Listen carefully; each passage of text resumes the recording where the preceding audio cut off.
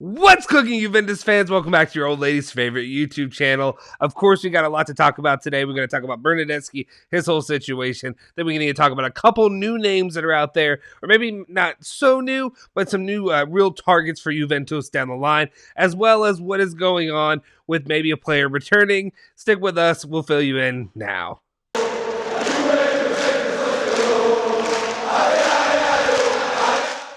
Ciao ragazzi, welcome back to the Bianconeri Zone. My name is Justin Sofro. Today is Thursday, November 18th, 2021, and of course I have your latest rundown of all things Juventus. I know I've been out for a couple of days.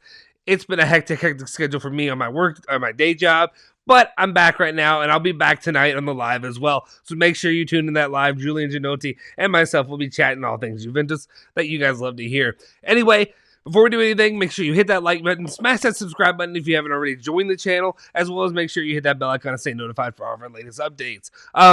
Let's just go ahead and jump into it, and then I'll give you your latest rundown of what we have here. First news topic of the day we have here is Mirko Di Natale is reporting that River have not yet received any offers for Julian Alvarez. The clause is 20 million euros. It's not so impossible that his contract would be renewed, but Julian would like to play in Europe. Juve could make an offer in January, but for the moment, it's only an indiscretion. We've talked about this, I think, on the last couple of days on the channel. I know Julian and Alejandro have gone more in depth than I will when it comes to this player.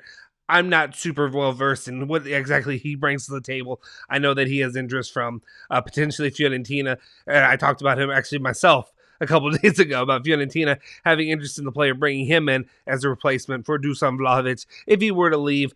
To me, this is as overall a secondary option if you can't get Dusan Vlahovic. We already have one young guy with Kyle George. We already have one young guy with Kyle George. I would rather get somebody who's a little bit more stable, more developed, experienced, and like a Dusan Vlahovic. Of course, I want Dusan Vlahovic. He is the premier target unless you can go get a guy like Haaland or whatever happened there. I'm not even going to dive into those waters today.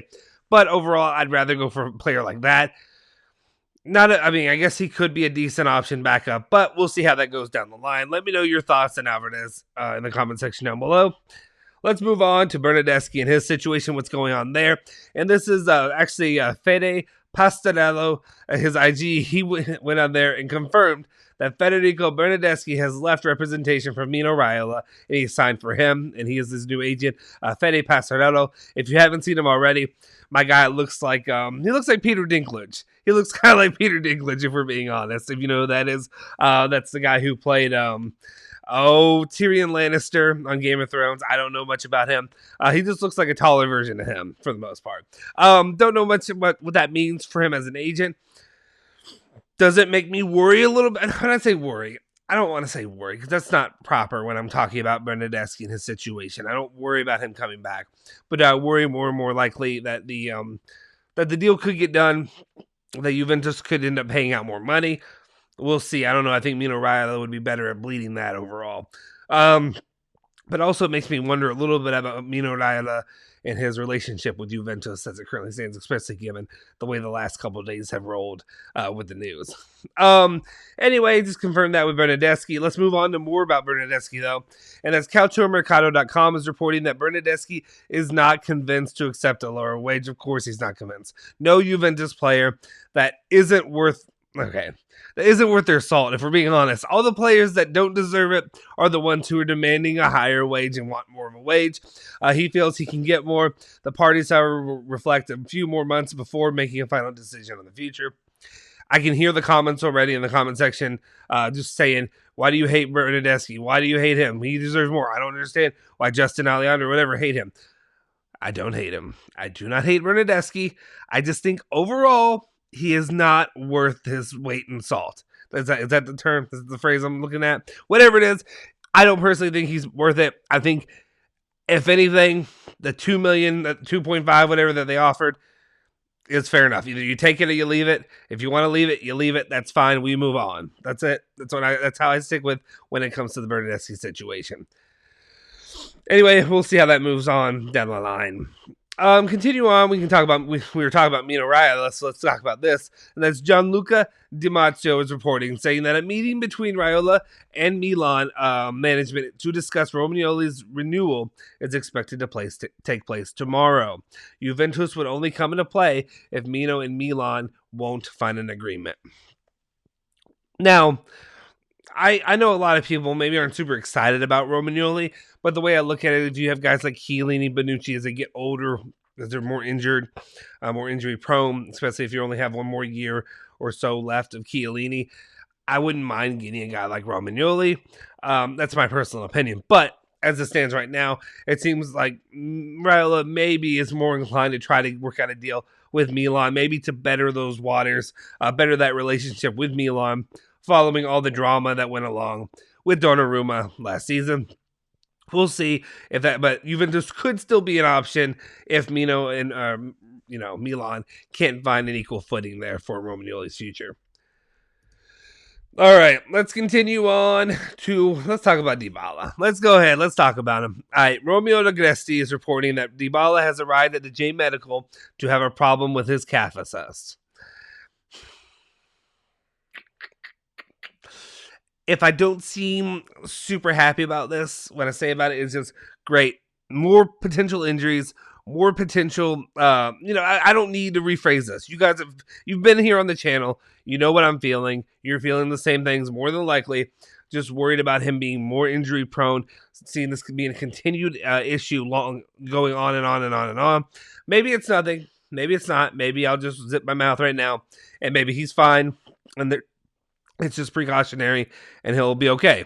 But what I do worry about is if it comes back as being something more serious, it's an ongoing nagging issue that he's going to continue to have, and he's going to be continued to be injury prone, and that's not good for Juventus' future, especially the guy who you're about to pour in a big contract, a lot of money for this player. Maybe, just maybe, it's time to reconsider the renewal of Dybala's contract. I know there's some of you that have been saying that for a while in the comments, but then there's a lot of people. I see the value in Dybala when he's playing well. Problem is, if you're always injured, you're not going to be able to play well because you're not on the field. So we'll see what happens there. We'll keep that situation monitored, but that's the latest update we have right now regarding Dybala. Let's move on to ESPN FC. So whatever ESPN FC is worth to you, I know a lot of people in the international market or whatever have you do not value ESPN and their input when it comes to this. Obviously, as an American, I value ESPN when it actually, is that true? Do I value ESPN now that I think about it? Because when I think about it, I'm talking about college basketball, college American football. And do I really value that? Maybe I don't now that I think, because there's guys like Dick Vitale on there who I have no respect for in the college basketball world. He's just a clown and a sideshow act. I don't know why. I don't need to do that. I don't need to go in on Dick Vitale right now. It's not a good time to go in on Dick Vitale right now anyway. Anyway, ESPN FC was saying Juventus are following Ajax fullback. Oh gosh, here we go. And you guys are going to lambaste me in the comments because I'm going to say this name wrong. Doesn't appear to be Italian, so I care less. No offense. Sorry, guys. If you come to Juve, I'll learn it. Was it Nusair Mazraoui? I don't know. I tried it. I probably butchered it. It happens, guys. If you're upset in the comment section, if you want to lambaste me about getting this name wrong or whatever have you down below, I just say shove it. That's all I can say. Anyway, this player whose contract expires in June of 2022 is a potential interest from Juventus. However, teams like Roma, Inter, Real Madrid, Bayern Munich, and Arsenal are also interested in him. So a high amount of interest in this player. A lot of people looking into him to see, if they maybe want to get him, especially with a fullback, that could be a position in need that Juventus could really go after. Let me know in the comment section down below your thoughts on the player. I'm still stuck right now on me trying to pronounce his name, and that's where I am right now, to be honest. As it stands, though, there's a lot of competition. We'll see if Juventus actually gets serious about this. As you know, whenever it comes to any kind of transfer market stuff, I like to report it, but I don't like to get too, I don't want to say emotionally invested, but you know what I mean? I don't want to get too invested right away until I know that it becomes something concrete. Once the name pops up a few times for me, then I really start getting a little bit more into it. And I suggest you all do the same thing. All right, now we can talk about a player returning, and that is Sky Sports reporting that DeScilio could be back in action next week. He should be back in training between the Chelsea and Atalanta game, which is good news for Juventus fans, I was shocked that I'm saying this right now. Every time I say this season, it's still weird for me. My body has a inverse reaction where it's like, that's not right. You don't mean to do that. But yes, it's a good thing that DeScilio could be returning to play for Juventus. Juventus could really use him out there in the left back position. Otherwise, you have to turn to the likes of Luca Pellegrini, who unfortunately, and I wanted Luca Pellegrini to do well, but he hasn't, and he just hasn't fit well into Allegri's system, and he really was very weak the last time he played on that left side for Juventus. So the less you need to see of him, plus DeScilio, until he got injured, he had a couple really good games there. I'd like to see if he could get back to at least that. Does that mean that I want DeScilio long-term at Juventus to remain? No, it does not. But it's better than the options that we have. So we'll see how it goes for DeScilio, but keep monitoring that. Hopefully he'll be back on the field ASAP. All right, and then the last little bit that I have for you today is Lichtsteiner was talking with Gazzetta dello Sport, talking about the comparisons to the 2015 season. For Juventus, and this story never dies. He was saying 2015, you can't make comparisons. Of course, we were scary even to ourselves sometimes. This team also has great potential. It's no coincidence that the results are better in the UCL, where there is more attention to detail. So definitely Juventus is definitely playing very well when it comes to one thing I want to say this before 2015, or is he talking about 2016? Because 2015, you talking about the run of the players you had with Pogba and all them, or you talking about 2016 where they didn't play super well and then they came back? Does that make sense? Anyway, let me know, just confirm that, because I was a little bit confused by that bit. But again, I just don't want to go into, if we're just talking about comparisons to the way that season played out and then coming back and winning the Scudetto, I do not foresee that happening. This is not the same team. We're missing a lot of key pieces that team had. And honestly, I want to say the Serie A is performing a bit better than back then. The competition's a little bit higher and a little bit steeper for Juventus to come back against. So it's definitely an uphill battle. Right now, I'm focused on fourth place at least, which is such a sad statement to make, I'm being honest. But it is a sad statement.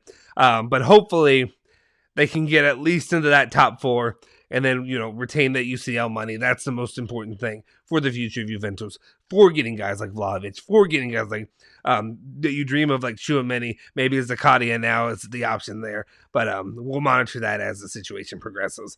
Anyway, guys, that's all I really have for you today regarding all things Juventus. We appreciate you guys for tuning in. As always, it's good to be back. I'll be back doing most of these daily videos. I may have a couple of days that I'm in and out, but overall, it's good to be back. I missed you guys.